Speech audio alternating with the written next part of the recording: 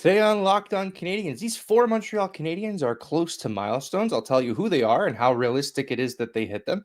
We'll take a look back at the 2022 NHL Draft and wonder, what if the Canadiens did take Shane Wright instead of Juraj Slafkovsky? And then we'll have some fun going through some Puckpedia trade proposals that get crazier and crazier as we go along.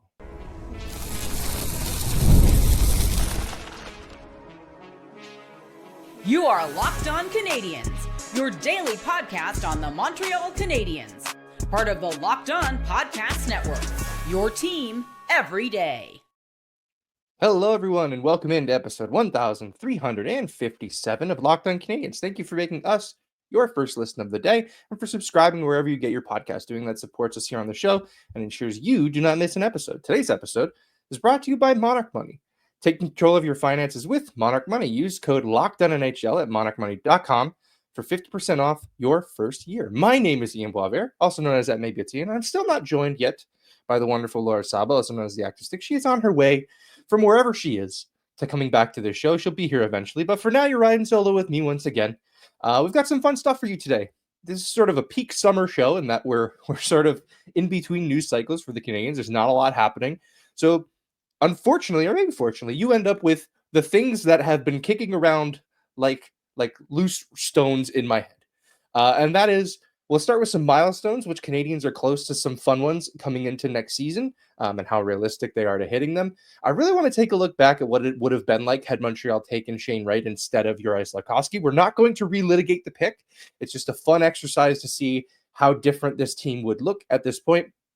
And then it's always fun to go to the Puckpedia Puck GM tool and see what fun trades everybody is cooking up involving the Montreal Canadiens. So there's always some really fun ones in there. I can't wait to go through all of those with you guys. But let's start with our milestones. I went through the Canadiens roster and tried to find some reasonable aspirations and some nice round numbers for players that are upcoming, and that they can potentially reach in this upcoming season.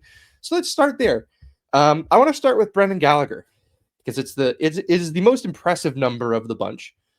He is currently 36 points away from 500, 38 points last year. So if Gallagher has a season similar to the one he has last year, and he proves that he can stay healthy and he can still chip in secondary offense for the Canadiens, he's going to hit that. It's interesting to see that he's back on track for that sort of thing after having a bunch of years where couldn't stay healthy, and when he was healthy, he just didn't really. He didn't have the same. He'll never have the same kind of offensive output that he did before his hand injuries. But he had sort of not had a role, and now he has a very clearly defined role that he's very good at. It doesn't always require scoring, doesn't always require picking up points. But the fact that we're talking about Brendan Gallagher being a 500-point player is exciting to me. We haven't had those conversations for a while. This one sort of snuck up on him. So, like I said, 36 points away.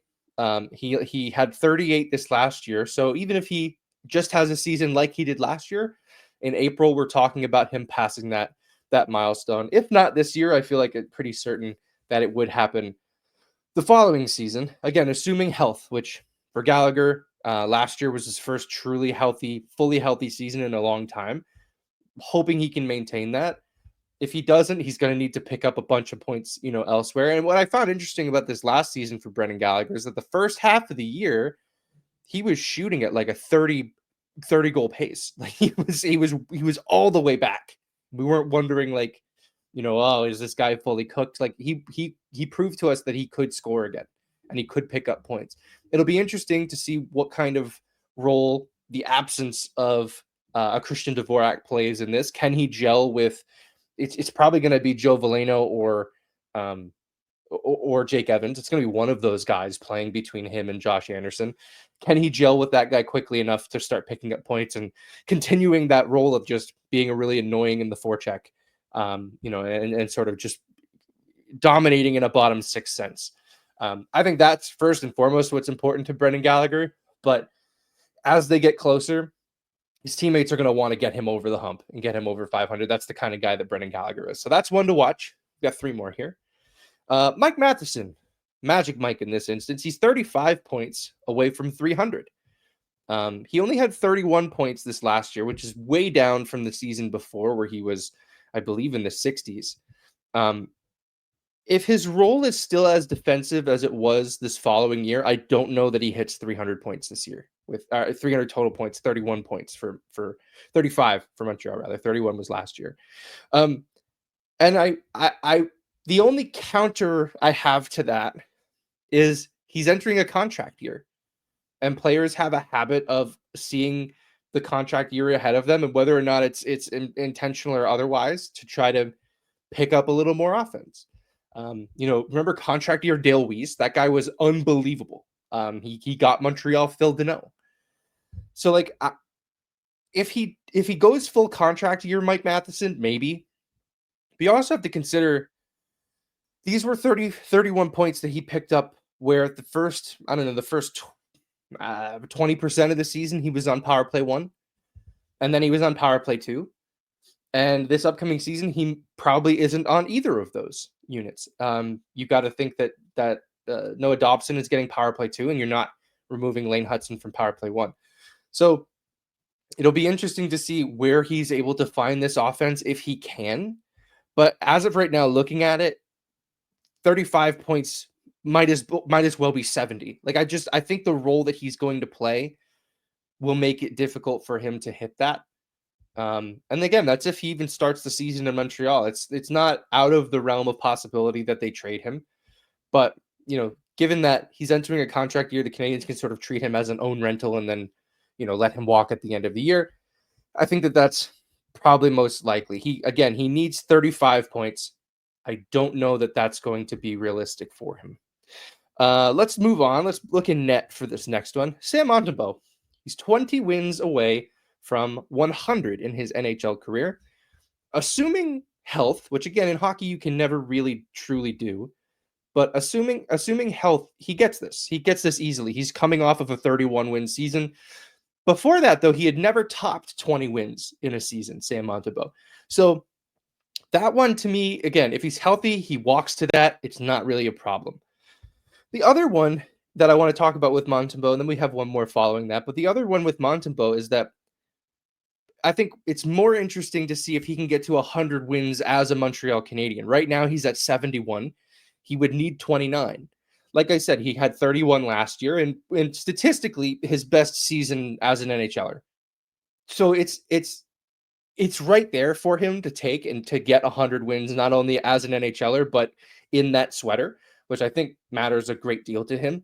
But it's not a tap-in. He's going to need to repeat the success that he had last year, which I certainly wouldn't bet against him. I think that's, especially as the team in front of him is improving. And he's sort of coming into his own as a starting goaltender. I think he does this. I think he does both of these. I think he walks to at least 20 in 100 for 100 overall. And he ends up, let's say I'm going to say he gets 30. I'm going to give him 33 wins this upcoming season. 33 wins, and they get a little bit more out of Jakub Dobeš as a backup. So it's not a huge stretch for him in wins, but he probably starts less, and they lean on Dobeš in a lot more instances than they have in the past. So I'd say he gets both of those. Now, this is the biggest stretch of them all, but I don't think that it is unreasonable. Cole Caulfield is currently 81 points away from 300 in his NHL career. Now, that means he's currently at, what is that, 220? No, I can't do the math right now, but he's closer to 200 than he is to 300 by a wide margin. He had 70 points in 82 games in this last season.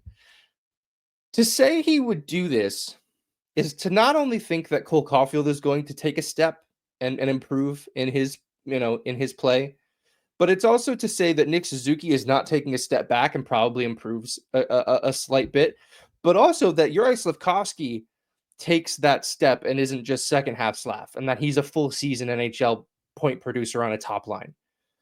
If all of those things happen, I don't think it's out of the realm of possibility that Cole Caulfield is a point per game player. He doesn't even have to be a point per game player technically to hit 300. He'll be at 81 out of 82, but he'd have to be really close to it. As of right now, though, I'm a no on him hitting this because I just think we're talking about a guy who's taken incremental improvements in his point totals over his last few years to now jumping 11 points in one season.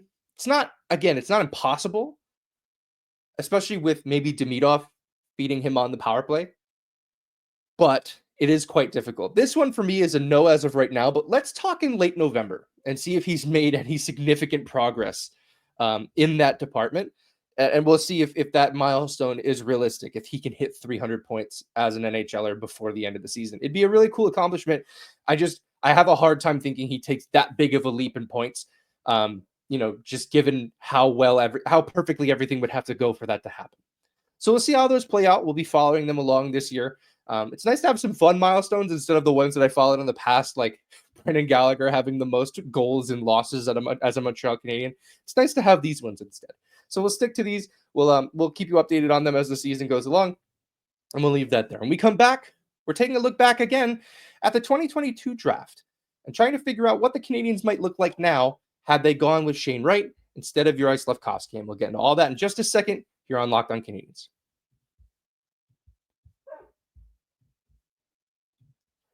Ever wish managing your money felt easier? With Monarch Money, it can. Whether you're growing your savings or planning a big purchase, Monarch puts you in the driver's seat. It's like having your own personal CFO, giving you full visibility and control over your finances. Monarch Money is more than a budgeting app. It's a complete financial command center. You can track all your accounts, investments, and spending in one place. So in addition to managing your money, you're also building wealth. I've said it before, I'll say it again. The one place where I was losing money was takeouts and subscriptions. They add up to way more than you expect. There's small charges here and there that after a while you realize, wow, I'm losing a lot of money every month. Monarch Money makes it easy to isolate those and sort of, start to nip those a little bit here and there. Monarch helps you sort of figure out where your money is being spent. Take control of your finances with Monarch Money. Use code LOCKEDONNHL at monarchmoney.com for 50% off your first year. That's code monarchmoney.com, code LOCKEDONNHL for half off your first year.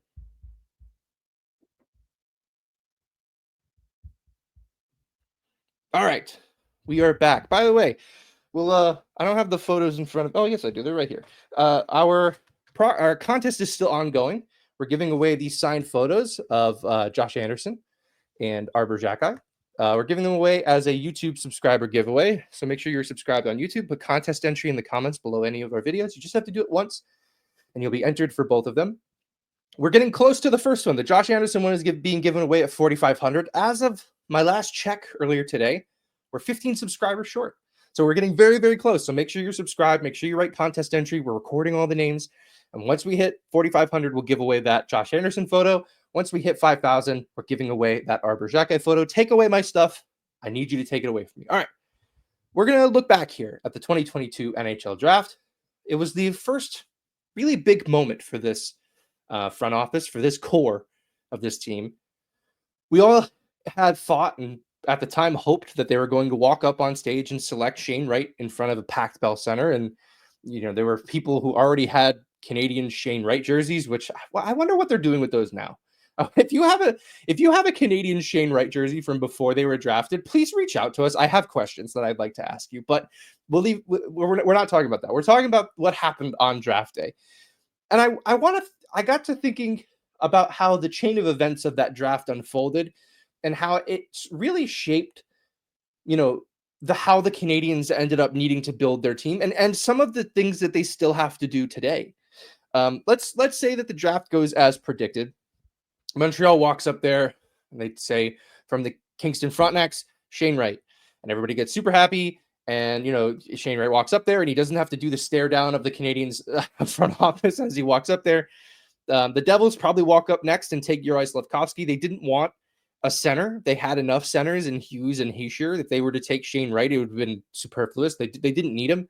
So they probably walk up there happily and take Juraj Slafkovsky. Logan Cooley probably still goes to Arizona because they really liked him in that draft. I mean, I think if they had the pick first overall, they probably still would have gone with Logan Cooley. From what I understand, they really liked that player. And it's obvious to see why. Logan Cooley is the only player who has more points than him from this draft year is Juraj Slafkovsky, and he's played more than Logan Cooley. So that makes sense.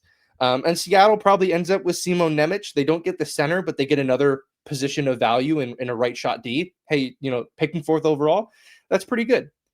So the Habs would have walked up there and they would have taken the consensus number 1 and they would have filled a positional need. We know center was a positional need for Montreal because what did they do? I don't know, a half hour, 45 minutes later, which is sad because it was after the 3rd pick. I went back and rewatched the draft, and the trade was announced right after Logan Cooley got selected by Arizona. But they knew that center was still a need for them because then they went out and they traded for Kirby Dach.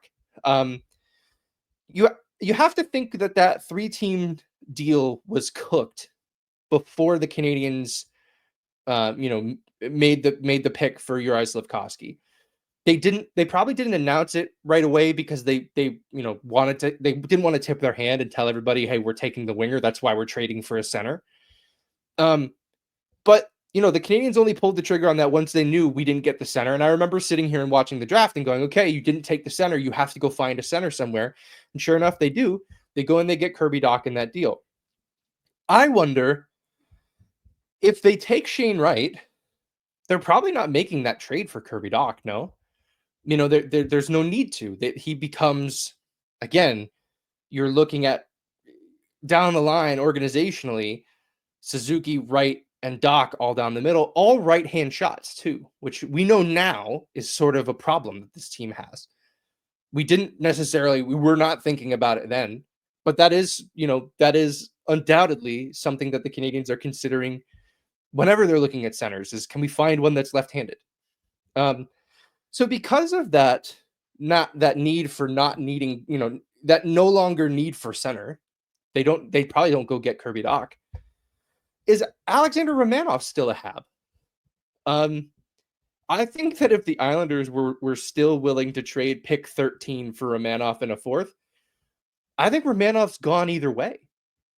I don't think that changes anything for Montreal because they're probably looking and going, okay, we down the stretch of that last place finish, they used Romanov as a number 1 defenseman almost exclusively. Like they put him out there to be like, hey, let's see what we have in this guy, and to sort of showcase him to other teams, right? We the showcase aspect of it was known afterwards once they traded him. It was like, oh yeah, it kind of makes sense. They used him a ton in every situation down the stretch to just make sure that they knew what they had. This front office loves to get information. That was a way for them to get information, but also for them to give information to other teams who were looking at potentially acquiring a player like that. Romanov now is still used as like a top pairing, a top 2, maybe a second pairing defenseman on Long Island. His role is probably going to increase now that Noah Dobson's gone.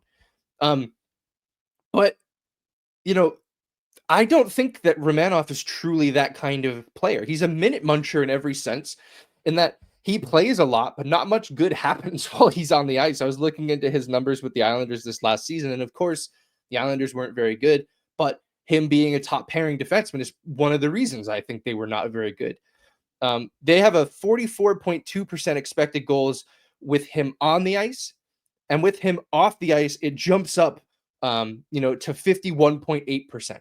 So they're a far better team when he's not on the ice. And I think that's because they're asking him to, play these really tough matchups, and he just can't do it because he's not that kind of guy. I think the Canadiens probably they looked at their cupboards and they were like, well, Caden Gooley's coming. Jaden Struble, Jordan Harris are coming. Those are both lefties.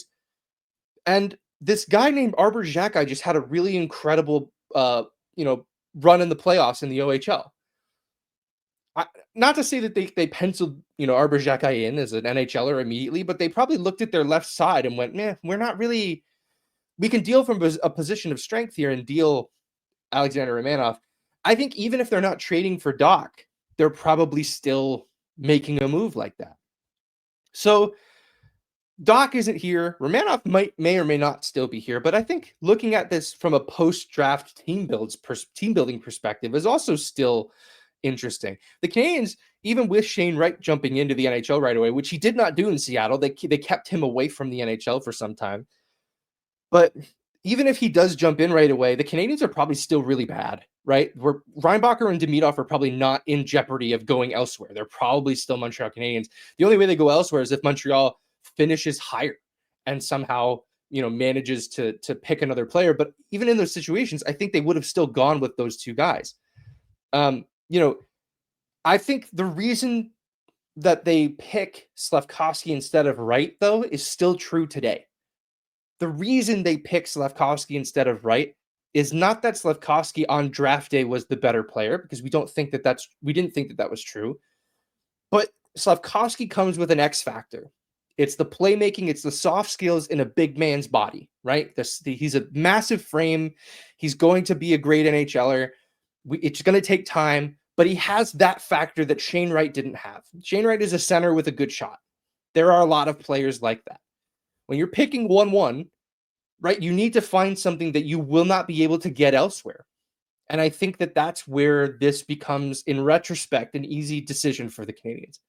They picked the X factor in Juraj Slafkovsky. So positionally, the Canadiens might be better off today had they taken Shane Wright. But that's a small gain, honestly. They're going to be able to find another center. I'm not worried about them. It's just a matter of who and when it happens.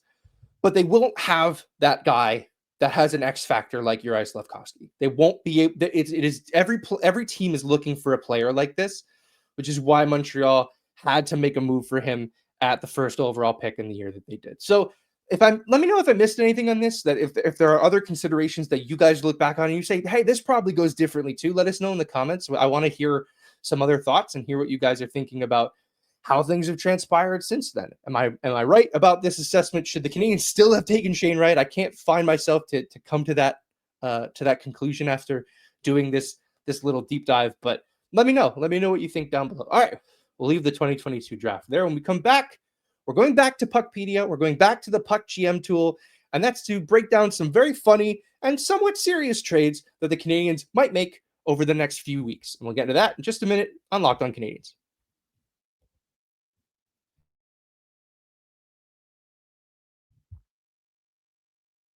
All right, we are back in the home stretch here on Monday. Look, one of the things I love to do in my free time is go to the Puckpedia, Puck GM tool, filter by Montreal Canadiens, and just run through some trades that some of you guys are coming up with. I don't know who these people are. They walk among us. They are our friends. They are our family. We don't know who they are, but some of the things that they think are crazy. And I can't wait to share what I've been finding with you guys. All right, let's start with one between Montreal and Boston. There's two transactions in this entry. This entry that is just titled Lindholm. Montreal acquires Elias Lindholm, and Boston gets Kirby Dach, Jared Davidson, and Montreal's 2026 second-round pick. Also on that, and what will become a theme in a lot of these trade entries, Montreal acquires Ryan Shea from Pittsburgh. Pittsburgh gets Carey Price's cap hit, Jaden Struble, and a 2026 fifth-round pick. Let's start with the Boston aspect of this. So Elias Lindholm comes over, $7.8 million cap hit. 7.75 rather. He's not at 7.8 just yet. He is in the second year of a 7-year contract. He's 30 years old. He is a centerman. I believe he's also a right shot center. So I don't know. I like where the thought is here. They're trying to acquire an asset that has fallen out of favor in Boston. When Elias Lindholm went to Boston, it was sort of just Boston needs a center. Lindholm is a center. Hey, they'll make that work. And Lindholm's just not a Boston Bruin. It just hasn't been a good fit for him. So I wonder if there is an appetite for the Bruins to move on there. However, Lindholm is only going where he wants to go. He has a full no-move clause. That cap hit isn't exactly prohibitive. It's 7.75 for 5 more years. But it seems like it would be really difficult for Boston to move on from at this point. And judging by the moves that they made over the summer, I don't necessarily think that they want to. They're adding to this roster. They're trying to be better again now. They're not waiting. So I don't know that this is a move that they'd make. Zacha is a bit of a different move because they can move him to some teams. He only has an 8-team no trade, which as I joked in the last episode, that's all 7 Canadian teams and Buffalo, which I'm guessing, but come on. There's a reason so many teams or so many players have 8 team no trade lists. That's why. I don't think that that aspect of this works out for either team. However, the Carey Price part of this is a return that kind of makes sense. Montreal gets a piece in Ryan Shea, who I'm not all that familiar with, but he's coming in at $900K. Like, he's not an expensive piece. It's probably just to make the contracts work. But Pittsburgh gets the cap hit for Carey Price. They get Jaden Struble, who's an RFA defenseman who, young, can fit with the core of whatever they're trying to build and add some grit to that blue line, which you look up and down that blue line, there's not much of it in Pittsburgh. It's Letang and it's, and Carlson. Like, that's sort of what you think of when you think of their blue line. And Montreal adds a 5th round pick. I don't think that's too unreasonable to expect what Montreal would have to give up to get rid of Carey Price's contract. Like, that to me makes sense. Would they do that? I don't know, but that's a team that I linked them to last week. In Pittsburgh, thinking that that's a reasonable place for him to end up, for them to, for Carey Price's contract to end up. So we'll see how that one plays out. All right, let's move on to this next one, which is appropriately titled WTF. It is between Montreal and Boston. And here is the deal. Montreal acquires Ryan McLeod and his $5 million cap hit, Tage Thompson and his $7.1 million cap hit, and Alex Tuck and his $4.8 million cap hit. And Buffalo acquires Nick Suzuki and his $7.875 million cap hit, and Alex Carrier and his $3.8 million cap hit. They also add in the notes, how crazy, ? Which, yes, Puckpedia user, how crazy indeed. There's a lot of angles to go at this one from. From a value in, value out standpoint, I don't understand why Buffalo would do this. Like, I love Nick Suzuki. I think he's a number 1 center easily in this league, but so is Tage Thompson, and they give up way more on top of that. Like, I don't understand why Buffalo would make this deal at all. I also don't understand why Montreal would make this deal at all. Like, what message does it send to your team if your captain puts the team on his back and scores a whole bunch down the stretch to get his team into the playoffs after his boss told him, you don't want me to trade your friends, get into the playoffs, win games, and he does that. And then you trade him? Like, they're building a room there, right? Like, there's a culture they have to take care of, and this would just be so counter to that. So no, this is not happening. I don't even want to entertain this as an option. All right, next we have this one is titled How Far? Which I don't necessarily know that I understand what that question is asking. But let's take a look at the trades. To Montreal, future considerations. To San Jose, Carey Price, the 2026 4th round pick Montreal got from New Jersey for Jake Allen, and the 2027 5th round pick that currently belongs to Montreal. In the notes, they put any team for future considerations trade made after September 1st. So, they're pointing out, hey, Montreal's going to pay Carey Price's bonus, and that's going to be what happens here.